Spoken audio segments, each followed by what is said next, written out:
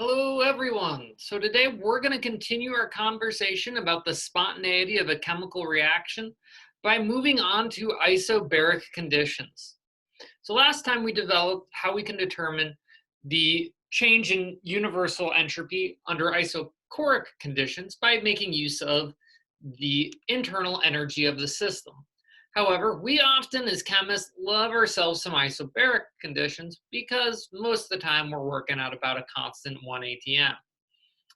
So this can essentially be accomplished by taking our old system of looking at the change in entropy of the system and the change in heat of the system under our isobaric conditions, which is the same thing as the change in enthalpy. So again, by convention, we'll typically drop any reference to the system by simply referring to the change in universal entropy of the system can be given as the change in enthalpy of the system minus the change in entropy of the system minus the change in enthalpy of the system divided by temperature. So in order to determine the spontaneity of a system, it's often a little bit, again, messy to use the change in universal entropy.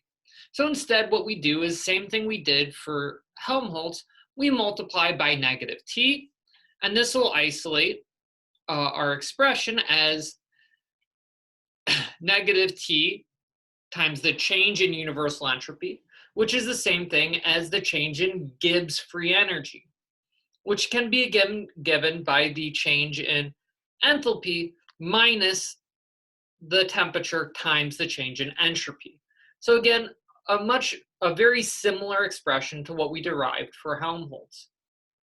However, it is worth noting that the Gibbs free energy is officially designated not in the differential form, but instead just simply as Gibbs equaling the enthalpy minus temperature times the entropy, which does actually give a more full description of the isothermal definition of change in Gibbs as the change in enthalpy minus SDT minus TDS, because again, we have to allow for some variance of temperature of the system. So while we're typically working with Gibbs under isothermal conditions, it is useful to have the non-isothermal definition. However, just like Helmholtz had a alternative physical meaning of being the same thing as the maximum amount of work a system can accomplish, we also see something very similar for Gibbs. So for Gibbs, we can essentially start with this differential description of the Gibbs equation based on enthalpy and the change in entropy and temperature. And then what we can do is insert in the fact that enthalpy can also be given as the change in internal energy plus dPV, which is again going to be the same as PdV plus VdP, which we've dealt with previously. So we can then again insert our first law description for the internal energy as the sum of work and heat that can be accomplished by the system. All right, so at this point we have, well, quite a long expression. However, we can quickly start essentially using this to drop terms. So first of all, if I have an isothermal system, well, what ends up happening is we're able to drop our change in temperature expression, and we see a cancellation of dq equaling TdS, which we also saw for the Helmholtz free energy. And then that just leaves us our description of the Gibbs free energy being equivalent to the maximum amount of work the system can accomplish plus PdV. So again, we can use a lot of the same approximations we used for Helmholtz to get us down to this simpler description, which again gives us more or less our Helmholtz description plus this dPV expression. Now at this point, we can essentially split our work into two definitions. We can define our work as being able to perform either PV work, or non-PV work. So PV work is the classic expansion work we've been talking about so far this semester. However, we also have things like non-PV work. So this might be work that goes into, say, breaking or making chemical bonds that can go into driving electrical current or even just working against a potential field. So there's actually a lot of very interesting things in this non-PV term. In addition, we can go ahead and split our DPV term into PDV plus VDP. Then, if I'm working under isobaric conditions, we find that VDP cancels out, and then all we're left with is this DW plus PDV plus the non-PV work. Well, turns out we can also give our PV work expression as negative PDV. Uh-oh, negative PDV, positive PDV. Well, these two are going to end up canceling out, which means that we can, through all of these long simplifications, refer to our change in Gibbs free energy as pretty much the maximum amount of non-PV work the system can accomplish. Now, as chemists, this is actually a very nice definition because we often don't care about how much energy goes into PV expansions. We care about what's the maximum amount of energy I might be able to use to, say, drive a chemical reaction or drive a current that can be used for electrolysis or in another electrochemical energy generation technique. We don't often care as much about pistons, so instead what we care about is how much work I can use to drive chemical reactions. And for that, what we really want is our Gibbs free energy and not the Helmholtz, which is one of the reasons why a lot of our discussions from here on are really going to focus in on this Gibbs idea, as it's going to be much more the usable work that can be used for chemical reactions. Now, in order to, say, try and determine our Gibbs energies, it's worth noting that because our Gibbs energy depends on our enthalpy, we often can't describe our true Gibbs energy of a system, just like we can't describe our true enthalpy of a system. Instead, we're often going to define our Gibbs energy for a system based on the Gibbs of formation. So very much similar to what we did for enthalpy of formation. So this is going to give the free energy of forming a chemical species from its component elemental forms in their standard state. So again, this is almost the identical definition we developed for the enthalpy of formation. However, one of the things that you should make note of is that when determining the Gibbs energy of formation on the enthalpy of formation, we also need to make sure that we're using the entropies of formation. So again, when you're trying to if you have the enthalpies of formation and are trying to determine your Gibbs free energy of formation, make sure that you're using your entropies of formation and not your third law entropies. This can be a very important difference to make. Now, another alternative is you might be able to look up the Gibbs formation of an independent chemical species in, say, a nice table like the CRC. So using these values you look up, you can determine your Gibbs free energies of reaction simply by essentially doing products minus reactants, because we love state functions and our ability to just determine any change based on products and reactants.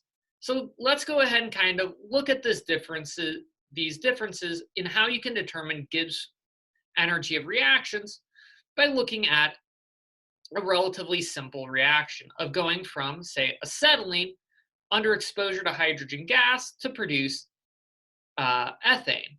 So we can essentially determine this reaction through several different approaches by making use of our enthalpies, entropies, and Gibbs free energies of formation. So one of the simplest ways we can go about this is simply using our Gibbs free energy of formation and going about products minus reactants.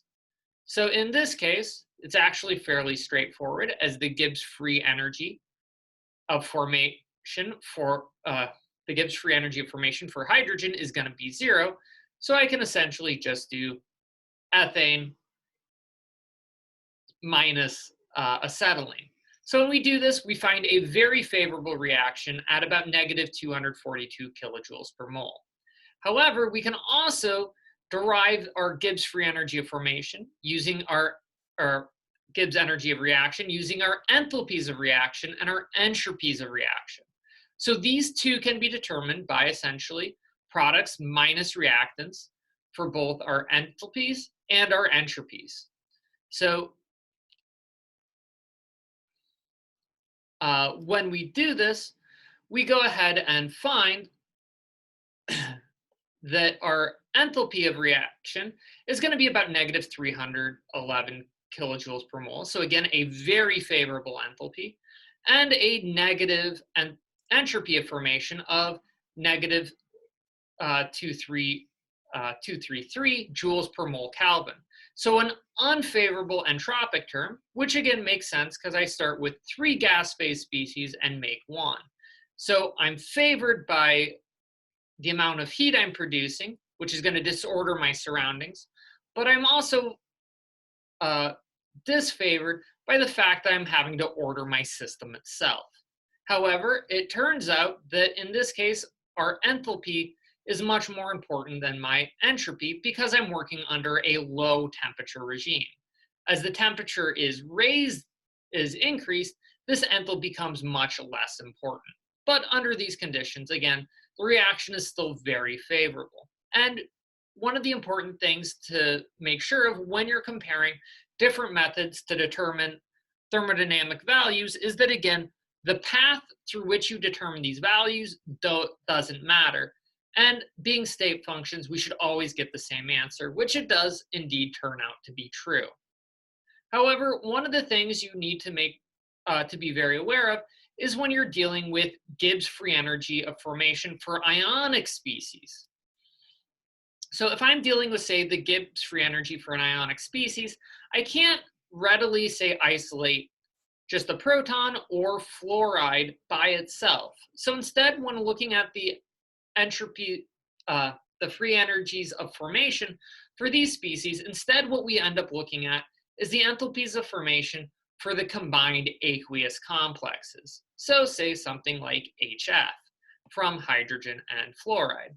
So this has a Gibbs free energy of formation that's, again, very favorable. But we can also split this energy in part. So we can imagine that the Gibbs free energy of formation for this combined complex is going to be the Gibbs free energy of formation for the proton plus the Gibbs free energy of formation for the fluoride.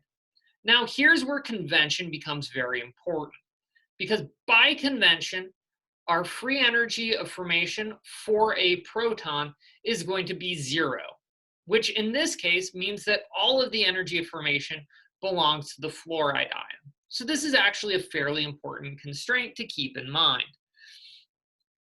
that in order to determine the energy of formation for an ion, we're going to need to first determine the energy of a combined species, and then you're going to need to know one of the energy of the other ion. So this is actually a fairly simple case if one of the ions is a proton. However, things become a little bit more complex if your cation is, well, anything else. So how would I go about determining the free energy of formation for this combined species? Well, based on my reactions, I can determine the free energy of formation of sodium fluoride as negative 594.5.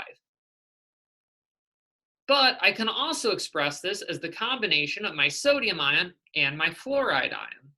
Well, because I know the free energy of formation of hydrogen fluoride, I know the free energy of formation of the fluoride ion.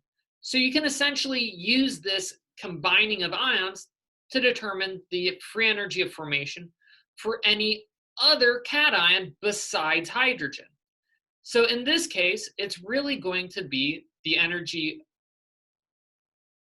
of formation for the sodium fluoride ion minus the fluoride ion, which again gives me a free energy of formation of sodium of negative 261.9.